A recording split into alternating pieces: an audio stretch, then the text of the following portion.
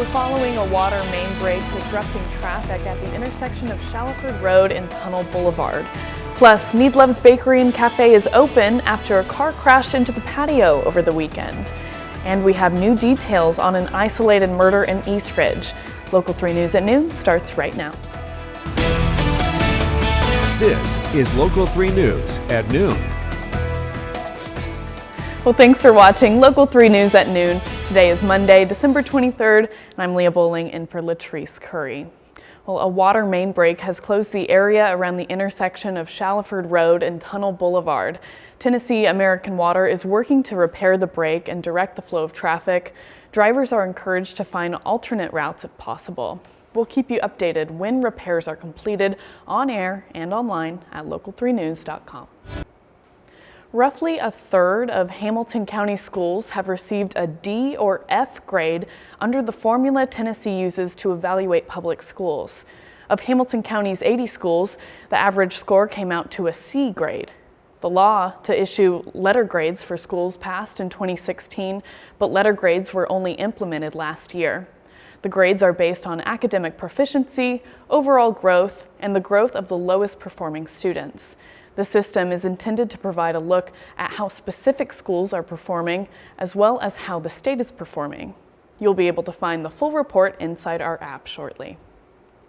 Now we're working to learn the identity of a person who died in a crash over the weekend. The crash happened on Birchwood Pike Saturday afternoon. The Hamilton County Sheriff's Office says the driver crashed into a utility pole between Sims and Cooley Roads. The driver was trapped in the car after the collision and died on the scene. Investigators say speed was a potential factor in the cause of the crash, and the name of the driver has not yet been released, but we'll keep you updated as we learn more. Workers at Need Love's Cafe and Bakery in Chattanooga spent yesterday cleaning up after a car crashed into the East Main Street Eatery's patio. Local 3 News spoke to Shannon Stewart, an employee at Need Love's. She said the owners received a call around 3:30 in the morning, informing them a car had crashed into their patio. Need Love's is normally closed on Sundays, but during this special season, employees are still hard at work baking for the holidays. I'm really glad that my coworkers were here, that we were all here together, and also we're very grateful that they didn't hit our ovens. Need Love's will be open today and tomorrow from 7 a.m. till 6 p.m. Local 3 News reached out to Chattanooga Police for information about any injuries or arrests, but have not yet heard back. Well, the holiday brings lots of joy, but they also come with a lot of change, especially for kids. We spoke with a local pediatrician, Dr. Alan Kaufman, who says the key to keeping children healthy during this holiday season is managing those changes. He says there's nothing wrong with letting children stay up a couple of hours past their bedtime, but there should be a limit. He recommends adjusting back to a regular sleep routine at least 1 week before heading back to class. He advises families to prioritize healthy activities and suggests doing a family 5K as a holiday tradition, or even just spending time at the park. I love post-meal walks, so getting the whole family out in the neighborhood and going for a short walk with the pets after meals is good for your digestion. It's good for a break. It's good for everybody's state of mind. When it comes to the safety of smaller children, Dr. Kaufman says keep them away from hazardous decorations. He says leaving any brightly colored vapes or nicotine products out of their reach could result in a trip to the ER. Governor Bill Lee announced he is pardoning 43 people. These are people who have already served their sentences, and Governor Lee is stressing his actions are very different than President Biden's recent wave of communications. The governor's office says none of the people he pardoned have had active criminal sentence for at least 5 years, including probation or parole. In our area, an East Ridge man has received one of those pardons. The reopening of a section of I-40 in western North Carolina that collapsed during Hurricane Helene's historic flooding has been delayed again. This comes after more asphalt from eastbound lanes fell last week, according to the North Carolina Department of Transportation. The primary road connection between North Carolina and eastern Tennessee was served in late September as flooding in the Pigeon River Gorge washed away 1 mile of road. Transportation crews and contractors had focused initially on reopening the westbound lanes in Haywood County to two-way traffic during the first week of January. Now the new damage will keep it closed until engineers determine the area is safe enough for drivers. As we all prepare to celebrate the most magical time of the year, there's one very special traveler who's gearing up for a journey like no other. We're talking about Santa Claus, of course. Local 3's Riley Nagel has the story. Each Christmas Eve for more than 60 years, NORAD has been keeping an eye on Santa's route. On December 24th, we typically know that Santa departs around 3 o'clock in the morning Mountain Time. John Cornelio with NORAD says just like how they take their job of homeland defense very seriously, they use all the same techniques to ensure that Santa's journey is smooth, safe, and filled with joy. So we use satellites, the North Warning System satellites and radars, and then we also use our fighter jets when Santa gets into the North American area. The history of tracking St. Nick started in 1955 when a young girl mistakenly called NORAD to speak with Santa. They took some additional calls, and he had his team basically tell folks as they called in to, where they thought Santa was going to be. And so started the tradition of NORAD tracking Santa. Now, NORAD brings in at least 1,000 volunteers on Christmas Eve, many of which can speak multiple languages to answer calls from around the world. And just the joy that it brings to kids and families all around the world. We will literally get calls from over 220 countries. And so it's a long day, but it's a fabulous day. Cornelio encourages families, especially kids, to follow their tracking system online or for the full experience, give them a call directly at 1-877-HI-NORAD. My kids got to that age where, they started to doubt, and bringing them into the op center and showing them, a military organization is not going to do this if it wasn't real. And so seeing their eyes light up and seeing all those volunteers really has made NORAD Track Center very special for me and my family. For Local 3 News, I'm Riley Nagel. Head over to our website for more details on how to track Santa Claus. As we know, Christmas is just around the corner, but I don't think it's going to be a white Christmas. Is that right, Hannah? No, unfortunately not. Oh, I wish it was going to be a white Christmas. That would be so beautiful, but our temperatures aren't going to be quite that cold. Now, believe it or not, our temperatures are actually going to begin to slowly warm. We're going to see a slight warming trend as we head into the next couple of days. But overall, heading into today, it is another cold and dry afternoon, in which we're going to see those highs that are going to get up into the 40s. Again, like I said, beginning a slight warming trend today. You're not really going to feel it until we head into tomorrow. And then we are trending mostly dry for Christmas Day, but we can't rule out the possibility for a few showers as you head through the afternoon and possibly the evening. But overall, nothing that's going to hinder your plans too much over here. I've got the wrong clicker.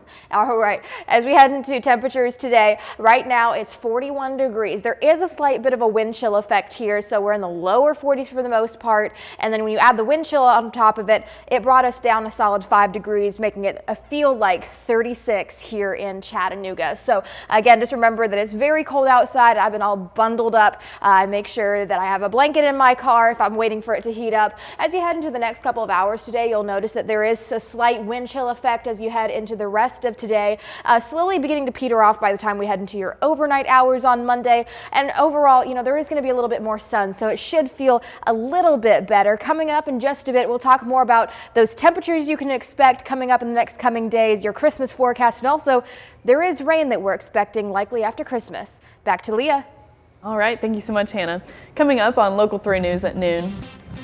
We've all been there. Someone gives you a gift and you don't have anything for them. Don't worry. I'm Jamie Tucker, coming up with a few tech gifts that you can order and deliver while they're in the other room.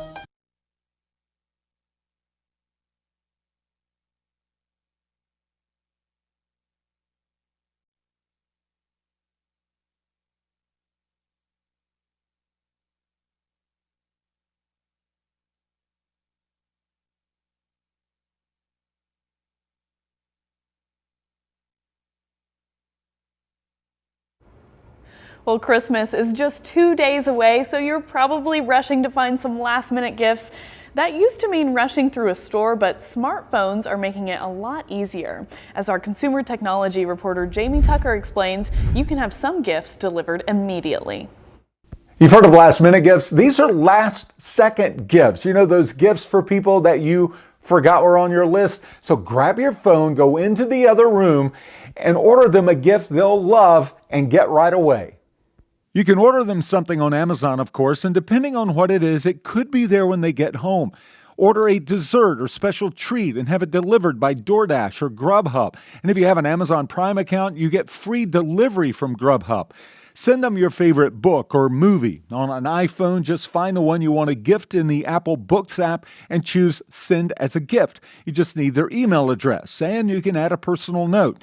You can do the same with a paid app. If they're a burgeoning artist, gift them the Procreate app in the App Store. Just tap Share and Gift App. You can also purchase books, movies, and apps and gift those through Google Play Store. And here's one I've done myself. If you know the kind of car they drive, sneak out into the driveway, look at their car and find that VIN number that's usually right there on the windshield, and then gift them a subscription to SiriusXM. All you need is that VIN, the SiriusXM website, and your account if you have one. You can sign them up for 3 months for just $1 a month. After that, it's $25 a month, so don't forget to unsubscribe as it renews automatically. Now, it gets a little tricky if they already have SiriusXM, but the folks at SiriusXM through their website and their chat can certainly help you extend that subscription for a few months. Pretty cool surprise, right? That's What the Tech. I'm Jamie Tucker. And don't forget, you can purchase gift cards online from Amazon, Walmart, and other retailers and have those delivered instantly. And ahead on Local 3 News at noon, CEO killer suspect Luigi Mangione is in New York State Court today. How he pleads to charges brought against him. Next.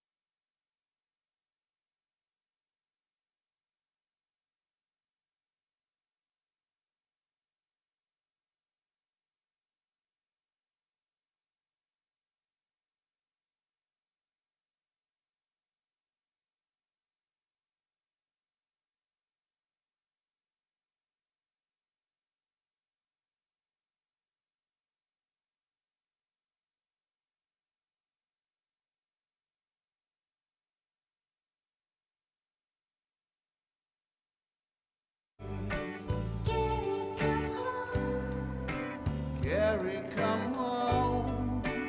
Gary, come home.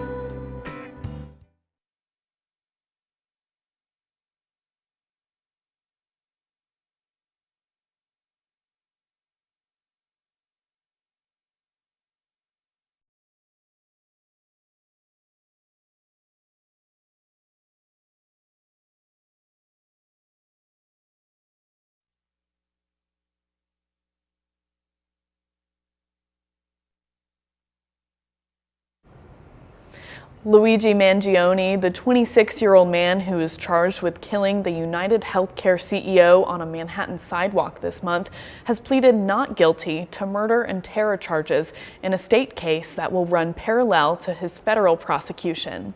NBC's Stephanie Gosk has details.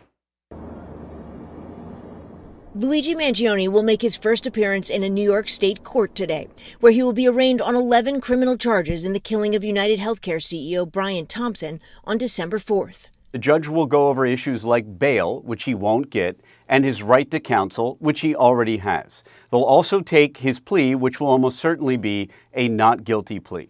Among his state charges in New York, murder in the first and second degree, and one count of furtherance of terrorism. In a parallel case, Mangione is also facing 4 federal charges, including murder through the use of a firearm, which has a maximum possible sentence of the death penalty. The 26-year-old appeared in federal court in Manhattan last week, pleading not guilty to those charges.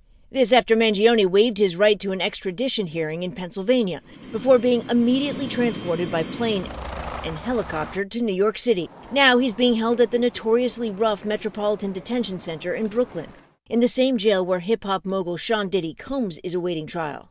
MDC Brooklyn has faced criticism over understaffing, violence, and the general conditions. The conditions at the jail have gotten so harsh, some judges have refused to send people there. Over the weekend, Mangione becoming a punchline on Saturday Night Live. Luigi Mangione dropped...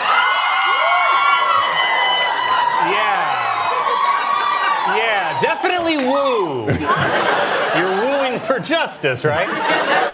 Weekend Update host Colin Jost seemingly taken aback by the audience's support of an alleged murderer. Officials in New York have grown increasingly concerned that support for Mangione could turn into copycat attacks on other executives. It was NBC's Stephanie Gosk with that report. President Biden has announced that he will commute dozens of death row inmate sentences. Clemency will be granted to 37 of the 40 federal inmates facing death sentences. Their sentences will be commuted to life in prison without the possibility of parole. The 3 inmates who did not get clemency are the convicted murderers in the Tree of Life synagogue shooting, the gunman at the Mother Emanuel Church of Charleston, and the surviving Boston Marathon bomber. This all comes just before Donald Trump will return to the Oval Office with a promise to restart federal executions. Former Representative Matt Gaetz sought a restraining order this morning against the House Ethics Committee in an effort to halt the panel's expected release of a final report summarizing its investigation into him. The filing accuses the committee of an, quote, unconstitutional attempt to exercise jurisdiction over a private citizen through threatened release of an investigative report containing potentially defamatory allegations in violation of the committee's own rules. The complaint argues the report would irreparably hurt Gaetz's reputation. The Starbucks workers' strike has now expanded to 9 states. The union representing thousands of baristas, Starbucks Workers United, says members in Missouri, New Jersey, and New York began their strike on Sunday. Locations in Colorado, Ohio, and Pennsylvania joined the strike on Saturday. This follows the Friday walkouts in Los Angeles, Chicago, and Seattle. The union said Starbucks has failed to meet its demand for immediate and future pay raises. Now we have forecaster Hannah Sky in our Storm Alert Weather Center. And Hannah, I'm really loving the sunshine today. Oh, me too. It makes such a difference when you have that wind and those chilly conditions. So, I mean, you might not think it does, but it really just, makes it feel a little bit better. High temperatures today are going to be around 49 degrees. We're at the start of a slight warming trend. You'll see that those temperatures are in the upper 40s to the low 40s and those sunny skies with wind gusts of around 15 miles per hour. Which is creating feels like temperatures to feel maybe 3 to 4 degrees cooler than the actual temperatures. Now, as we head into tonight, we're looking at a low of around 30 degrees. So overall, we're going to be sub-freezing temperatures. I'm sure some of the surrounding areas will have those lows in the upper 20s. More blustery conditions is going to make it feel colder than it actually is. But other than that, we're looking at partly cloudy skies. And also, I forgot to mention, it's Christmas Eve, guys. I mean, this is the only chance you get to say that.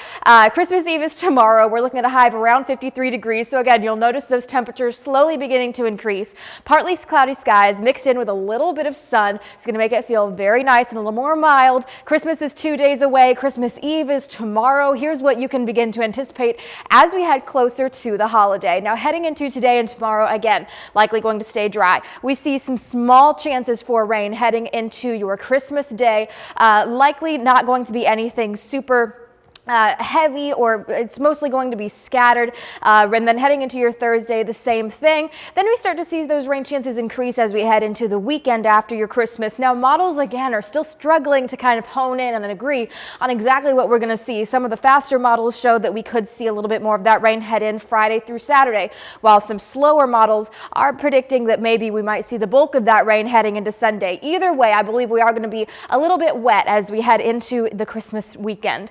The future cast here is just one model we're looking at. Here is going ahead in time to around Wednesday at 3 p.m. You'll notice that that stayed dry, and then most likely see some more possible scattered showers heading through your Thursday, break periods, and then more scattered showers, plus the possibility of more rain as we head into Sunday. So here's a look at that potential rainfall over the next 3 days. So this is kind of lining up around Christmas Day. So basically negligible rainfall amounts here, and mostly staying out to the west. Again, we're not completely ruling out the fact that we could see a little bit of rain here, but I think it's less likely. As you head into the next 5 days, so this is starting to include maybe your Thursday and Friday, we start to see a little bit of those smaller amounts across the area, again, mostly scattered. And then by the time we head into your Saturday, Sunday, and Monday, those amounts really begin to start picking up to about 1.5 inches of rain, 1 3/4 of an inch, and then the higher amounts there in that yellow. Again, this is still very far out, but just kind of wanted to put that into your mind that we might see our next rainmaker by the end of the Christmas weekend. So of course, today is going to be relatively warm with some sun, and then we start to see those rain chances work their way in starting Christmas Day, but likely holding off until the weekend. Leah? All right, thank you so much, Hannah. Still to come on Local 3 News at noon, a group of young Nashville carolers are helping bring the Christmas spirit to those who need it most.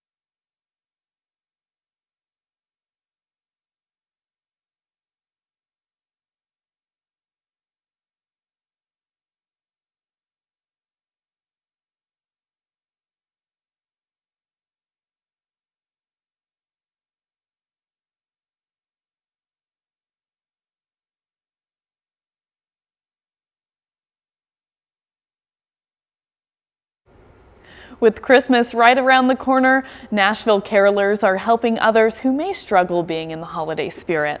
Forrest Sanders caught up with the group of young singers and has their heartwarming story.